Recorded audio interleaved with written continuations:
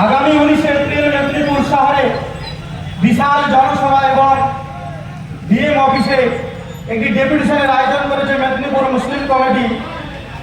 সেই 19 এপ্রিলকে সামনে রেখে আজকে 11 গ্রাম মুসলিম সমাজ উন্নয়ন কমিটির পক্ষ থেকে যে সভা, সে সভায় উপস্থিত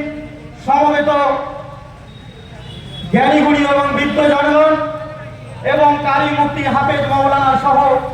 সকলকে আমার পক্ষ থেকে সালাম জানিয়ে খুব সংক্ষিপ্ত ভাষায় বলছি। আজকে আমরা যারা এখানে সমবেত হয়েছি, যে ওয়াকফ বিল সম্পর্কে, সেই ওয়াকফ বিল সম্পর্কে প্রত্যেকেই অবগত, তবুও আপনাদেরকে জানান দিয়ে যায় যে সমস্ত ব্যক্তিগণ, যে সমস্ত ভাইরা এখনো বাড়িতে ঘুমিয়ে রয়েছেন, যে সমস্ত ভাইরা এখনো মার্কেটের ভিতরে রয়েছেন, তাদের উদ্দেশ্যে বলছি,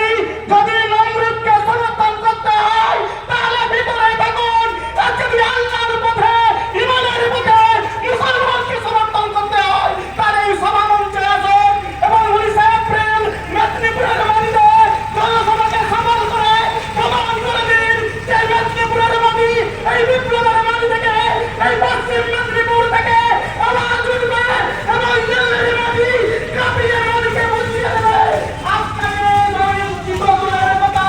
যেমন আমরা নামাজ পড়ার সময় যখন চেষ্টা করি, যেমন এক হিন্দু জায়গা আমরা শয়তানকে ছাড়ি না, এই নমরুদের সরকার, এই মোদী কেন্দ্রীয় সরকারকেও 1 ইঞ্চি জায়গা আমরা মুসলমানের বাচ্চা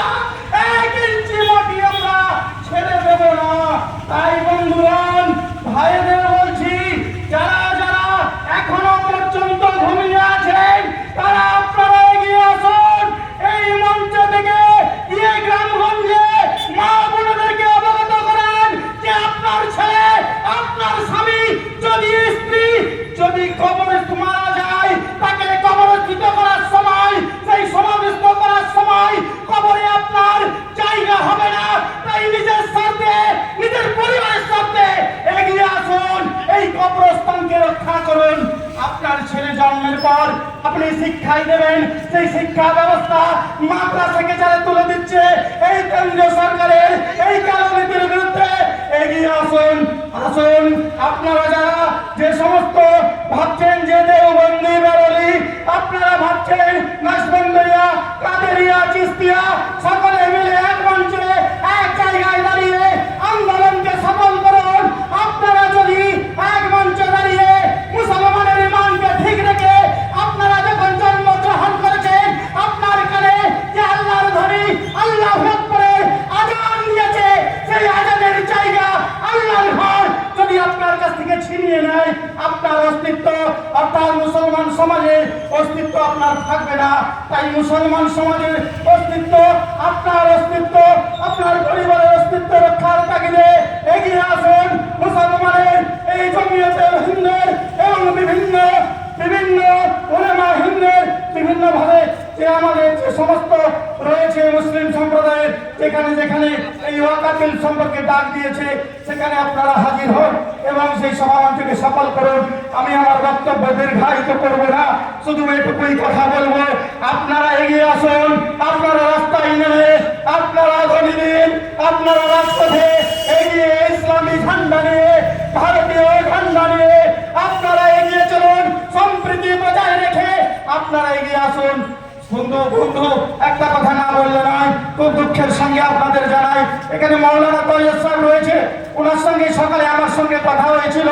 আমরা একটা প্রোগ্রাম অল ইন্ডিয়া মিল্লি উলামা বোর্ড জামায়াতুল হিন্দের যিনি দায়িত্ব রয়েছেন তৈয়ব সাহেব, ওনার দাদা কাসেম সাহেব এবং ইমাম মুহাজ্জিনের যিনি দায়িত্ব রয়েছেন, সবার সঙ্গে, সকলের সঙ্গে আমরা আজ থেকে 7-8 দিন আগে আলোচনা করেছিলাম যে পশ্চিম মেদিনীপুরের সমস্ত প্ল্যাটফর্মকে এক জায়গায় করে দলমত নির্বিশেষে প্রত্যেকটি মানুষ, আমরা যারা নাশবন্দিয়া, কাদেরিয়া এবং সমস্ত 72 ফিরকা সকল মুসলিম এক হয়ে এই মেদিনীপুর জেলার পশ্চিম মেদিনীপুর ওয়াকফ বাঁচাও কমিটির পক্ষ একটা ব্যানার তৈরি করে চৌরঙ্গিতে আমরা একটা জনসভা করব এবং মেদিনীপুরের মোদীকে অচল করে দিল্লিতে জানিয়ে দেব, আপনি মোদী সরকার যে কেন আইন তৈরি করেছেন, আপনার আপনি কিন্তু আপনার এই বিল প্রত্যাহার করতে হবে। যতক্ষণ না হবে ততক্ষণ আমরা